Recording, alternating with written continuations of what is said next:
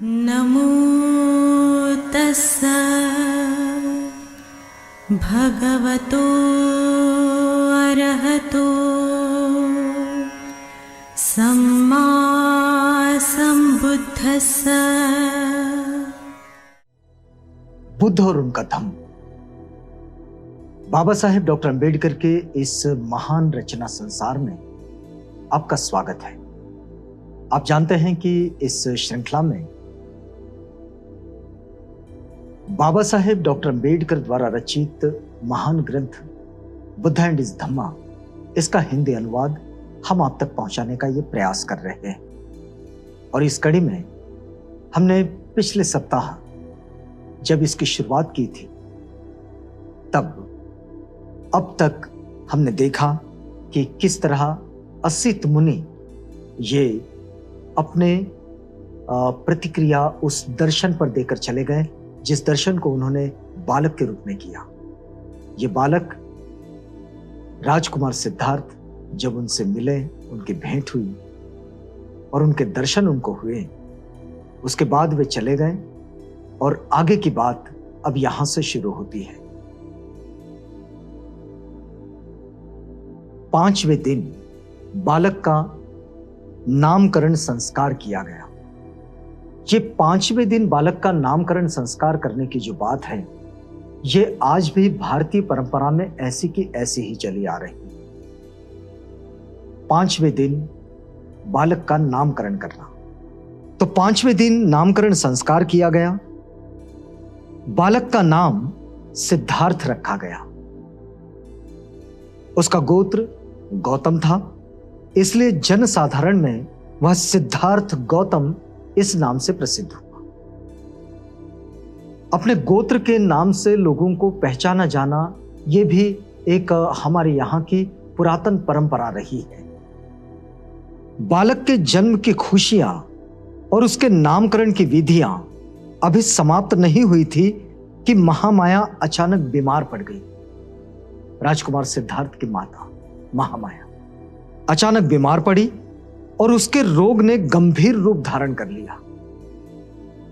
अपना अंत समय निकट आया, ये जानकर उसने शुद्धोधन और प्रजापति को अपनी शैया के समीप बुलाया और कहा, मुझे विश्वास है कि असित ने मेरे बच्चे के बारे में जो भविष्यवाणी की है वो सच्ची होगी।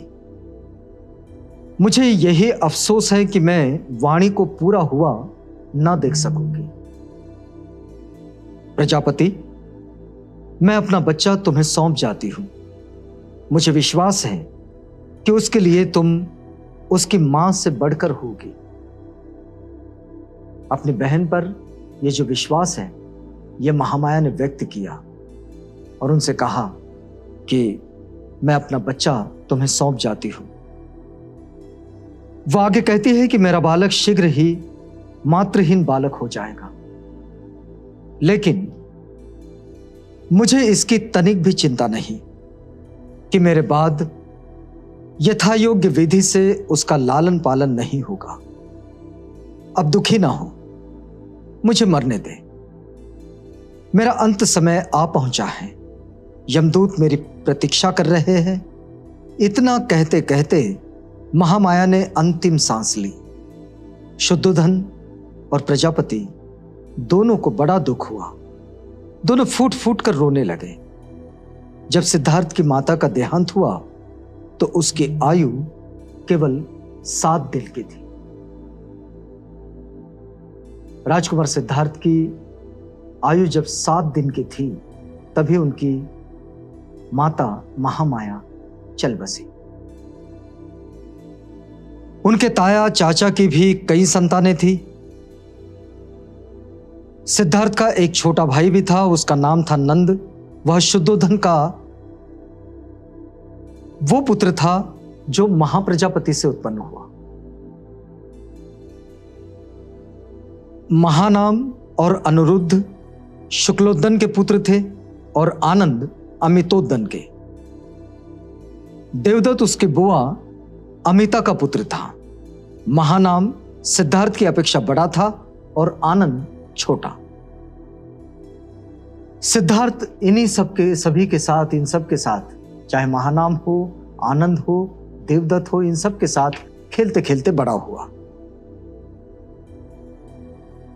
जब सिद्धार्थ थोड़ा चलने फिरने योग्य हुआ तो शाक्य जनपद के मुखिया इकट्ठे हुए और उन्होंने शुद्धोधन से कहा, बालक को ग्राम देवी अभया के मंदिर में ले चलना होगा। ग्राम देवी अभया के मंदिर में ले जाने के बाद शाक्य जनपद के मुखियाओं ने कही, जो इकट्ठे हुए, और उन्होंने कहा कि अब हमें यह काम करना होगा। शुद्धोधन ने स्वीकार किया और बालक को कपड़े पहना दिए।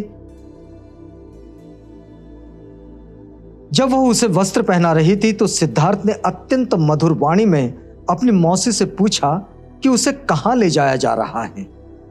जब उसे पता चला कि उसे मंदिर ले जाया जा रहा है तो वह मुस्कुराया, लेकिन शाक्यों के रीति रिवाज का ध्यान कर वह चला गया। 8 वर्ष की आयु होने पर सिद्धार्थ ने अपनी शिक्षा आरंभ की, जिन्हें शुद्धोधन ने महामाया के स्वप्न की व्याख्या करने के लिए बुलाया था और जिन्होंने सिद्धार्थ के बारे में भविष्यवाणी की थी, वे ही 8 ब्राह्मण उसके प्रथम आचार्य बने। जो कुछ वे जानते थे सब सिखा चुके। तब शुद्धोधन ने उदिच्य देश के उच्च कुलोत्पन्न प्रथम कोटि के भाषाविद और वैयाकरण, वेद, वेदांग तथा उपनिषदों के बारे में पूरे जानकार सब्बमित्त को बुलावा भेजा और उसके हाथ पर समर्पण का जल सिंचन कर शुद्धोधन ने सब्बमित्त को ही शिक्षण के निमित्त सिद्धार्थ को सौंप दिया। ये सब्बमित्त उनके दूसरे आचार्य। उसकी अधीनता में सिद्धार्थ ने उस समय के सभी दर्शन शास्त्रों पर अपना अधिकार कर लिया था।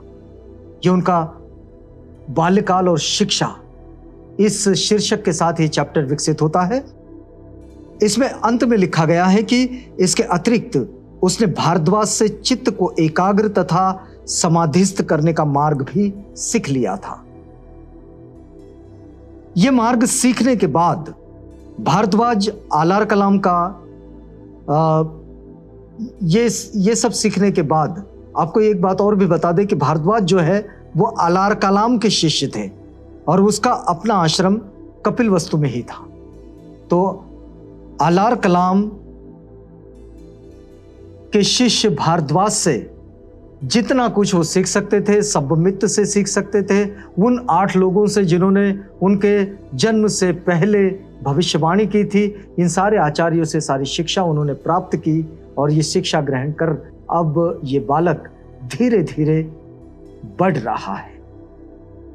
आज की इस कड़ी में यहीं पर रुकते हैं।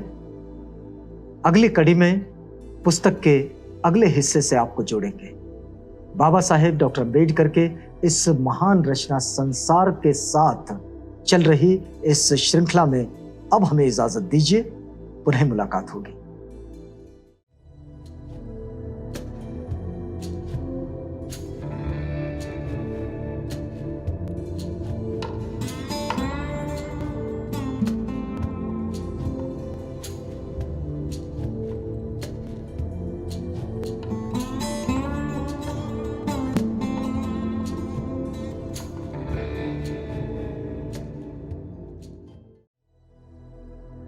बुद्ध और उनका धम्म।